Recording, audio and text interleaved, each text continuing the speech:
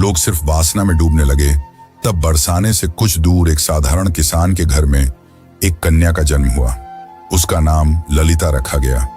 पर यह कोई साधारण कन्या नहीं थी। वह बिना किसी के सिखाए ही बांसुरी की मधुर धुन बजा लेती थी। उसकी बांसुरी की आवाज सुनते ही पेड़ों के पत्ते हिलने लगते और पक्षी झूम उठते। गांव के लोग कहने लगे कि यह कोई साधारण लड़की नहीं, बल्कि किसी देवी का अवतार है। वे कहते कि इसे देखकर राधा की याद आ जाती है। ललिता जब 7 साल की हुई तो एक दिन वह यमुना के किनारे बैठी थी। उसी वक्त एक संत वहां से गुजरे। उन्होंने ललिता को देखा और जब उसकी आंखों में झांका तो वे मंत्रमुग्ध हो गए।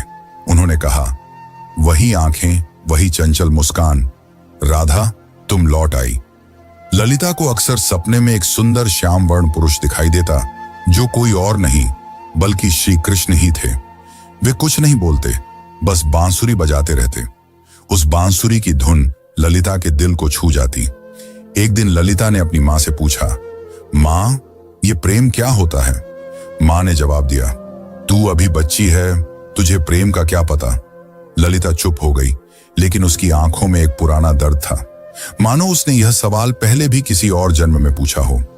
जब ललिता 13 साल की हो गई तो एक दिन वह यमुना तट के पास बैठकर बांसुरी बजा रही थी कि तभी अचानक उसकी बांसुरी से अलग धुन निकलने लगी। वही धुन जो श्री कृष्ण उनके सपनों में आकर बजाया करते थे। अचानक वहां की जमीन थोड़ी सी फटी और एक मूर्ति सी दिखाई दी। ललिता ने उस मूर्ति को निकाला। वह मूर्ति एक स्त्री की थी जिसने बांसुरी पकड़ी हुई थी। जैसे ही ललिता ने उस मूर्ति को अपने हाथ में उठाया, उस मूर्ति से एक दिव्य आवाज निकली जिसने कहा, तुम लौट आई राधे। ललिता चौंक गई। आखिर यह कौन थी